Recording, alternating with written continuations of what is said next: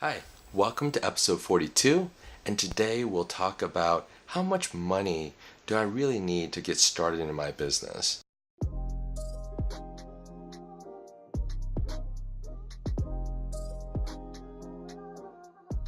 So some of the caveats here before I even get started, it's like we're not talking about like the really high cost startups where it requires millions and millions of dollars.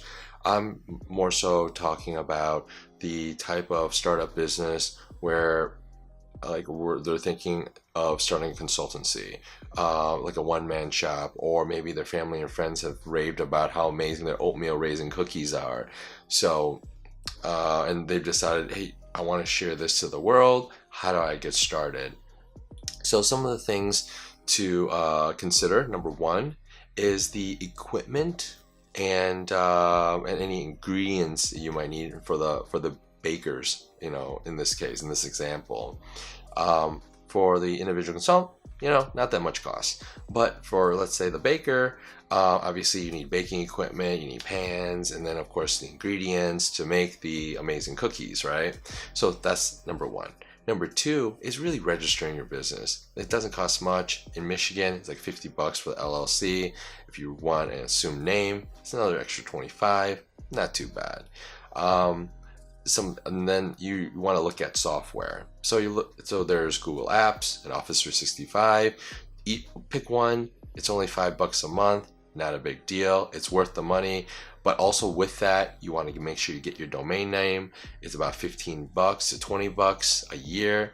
Again, that's not going to break the bank, but definitely what that does, it locks your name in. Make sure no one takes your URL.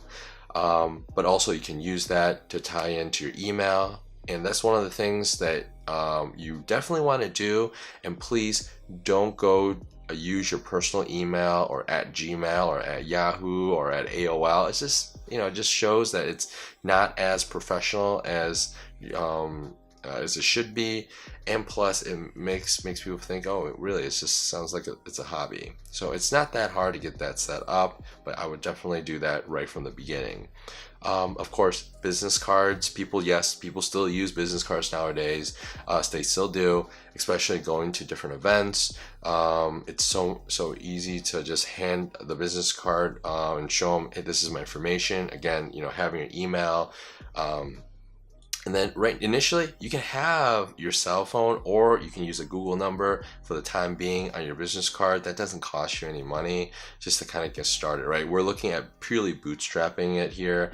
And also, as far as accounting software, there's some free software out there for accounting, like WaveApps is a free one. Not necessarily the best, but it gets you started. Or something as simple as just spreadsheets. Yes, I know, old-fashioned spreadsheets, just to get started. But if you have a few extra dollars, there are some paid software out there, like QuickBooks is probably like the most common used out there. So I recommend having that.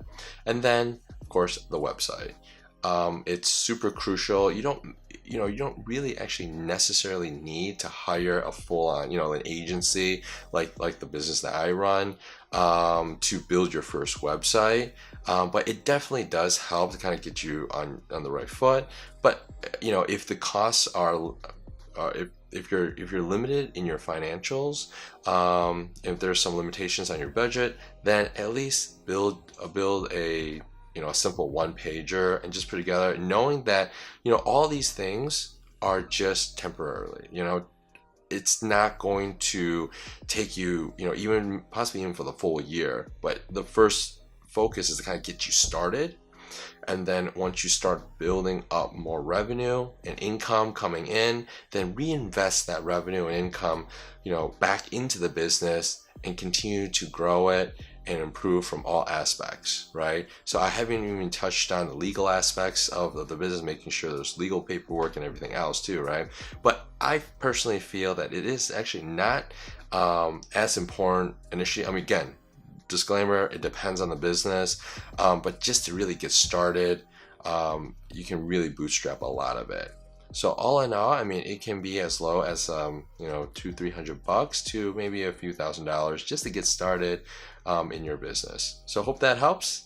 And if you have some additional suggestions or ideas or experience on how you started your business, please comment below. We'd love to hear it. Thanks. Bye-bye.